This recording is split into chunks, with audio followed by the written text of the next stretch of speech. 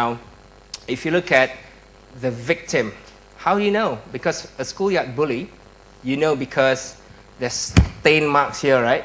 You know, I remember my son when he was in primary 1, he used to take school bus, right? And then one day he came back, he had a shoe mark here. And we said, how did that shoe mark get on your shirt? And he said, well, there's a primary 4 boy, happened to kick me here. I said, oh, okay. Now you can see that, then you can take appropriate action, isn't it? But with cyberbullying, you can't see, because it happens on the web. And you can't see, especially if you're not involved with your child, right? But you can detect signs. I like to think, as parents, we all know our kids enough to detect abnormal behavior, right? Parental instincts, I call it, isn't it? All the mothers here would agree, I think. You fathers, I don't know. Come on, fathers, you can do it too. So, some of the typical signs, they get very frustrated. They get very moody and angry once they get off their mobile phone or they get off their laptop. Very, very moody. Okay? 2, obviously, they're great slip in school. 3, maybe they don't want to attend stuff that they used to enjoy. They are not friends with people they used to talk a lot about, right? You know how kids are. Sometimes they talk to you about this person in school. Suddenly, never talk about this person anymore, right? Don't want to go to the school trip. Don't want to go to CCA. Don't want to do anything, right? And those are signs you probably need to have a chat with your kids to see whether they have been victims of cyberbullying, okay? So, I won't go into the other one because they'll make this very boring. You'll fall asleep. Let's talk about social networking, okay? Trusted environments. Now, Facebook, I think, is a wonderful stuff.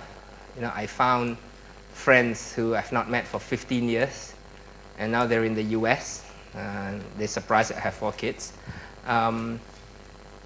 You have a lot of applications on Facebook. You see your friends playing games, they invite you, you also join, right? So I know there are so many games, right? Farmville, and you know, there are even interesting quizzes, right? Like, look who's been checking out your profile. And you go like, man, who's that? Who's been checking me out, right? And you know, kids, and I have friends who do quizzes like, and I tell them, didn't you have better? Didn't you have proper work to do every day?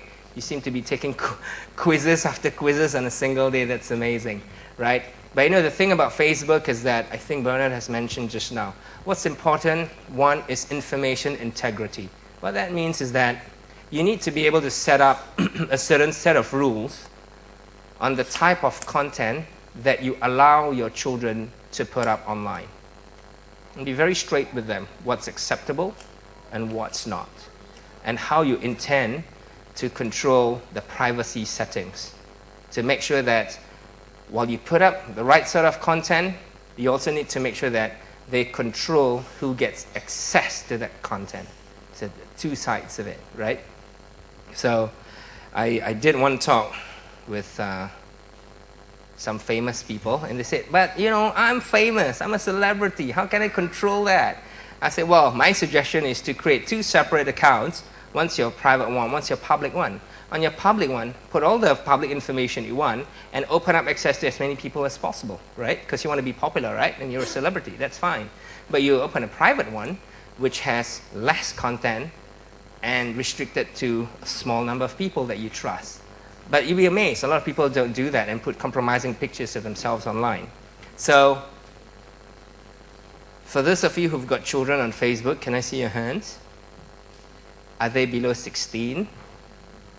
They've obviously been lying about their age, right? But it happens. My niece opens a Facebook account for my son. And I went, how can you do that without my permission, right?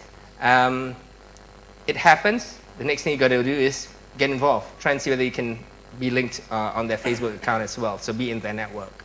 But you know, a lot of these things, why I say online parenting is very much like offline parenting, you need to communicate with your children, right? Okay? Now, so some tips for Facebook, ask them to think before they post, not, it's just like email, right? Before, don't send emails in anger, cool down and then send your email after you've thought about it. Set privacy options, not too much information. One of the easy things I tell my niece and nephew is that, think about grandma. If grandma was going to see this, do you think she'd feel embarrassed? If she's embarrassed, you better not put it up, okay? Whether it's pictures, videos, and so on. Don't post suggestive pictures or images. Anything that's on the web will stay on the web. Don't think that it's been deleted, it's gone. No, it can still be retrieved, okay? It resides up there.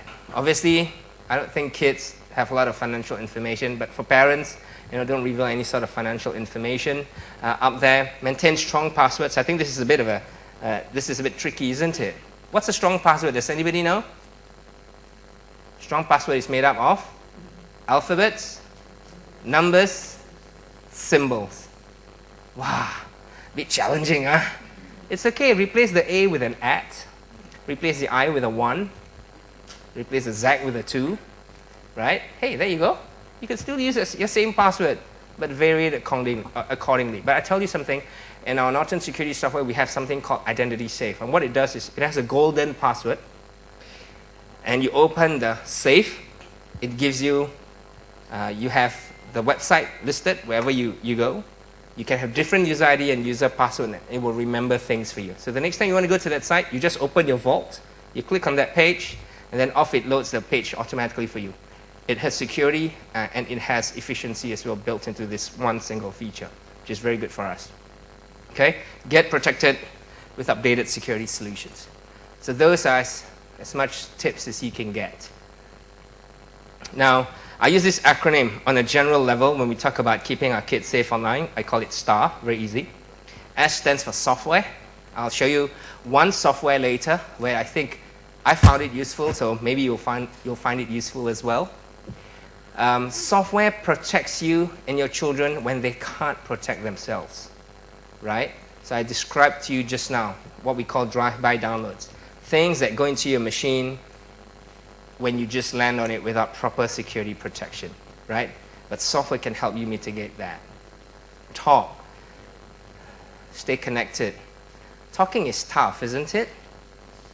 You ask them, what's your favorite question when your kids come back from school?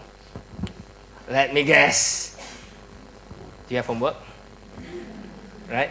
Or maybe, how was school? Right? And then maybe they give you good. And that's it. And it's dead after that, right? Do you find it very difficult to talk to your kids about the internet? No? Then why are you here? You need to talk to them, but I think what's important is you have material to talk about, and I'll show you how you can do that afterwards. Awareness, understand the real online risk, there's obviously stuff that's been covered in the papers, but nothing beats knowing what your child is doing exactly. Each child is different, right? So what are they doing exactly? How can you try and get involved? And rules. How many of you here set rules for your kids when it comes to doing stuff online? Hey, we've got an opportunity. We need to start setting some rules, right? We did a survey on internet usage, something that's interesting. Almost 33% of parents don't know how to set rules. I suspect the number is bigger. Why? Because they don't know the internet. They don't know the internet because they never grew up with it. How are they going to set up rules, right?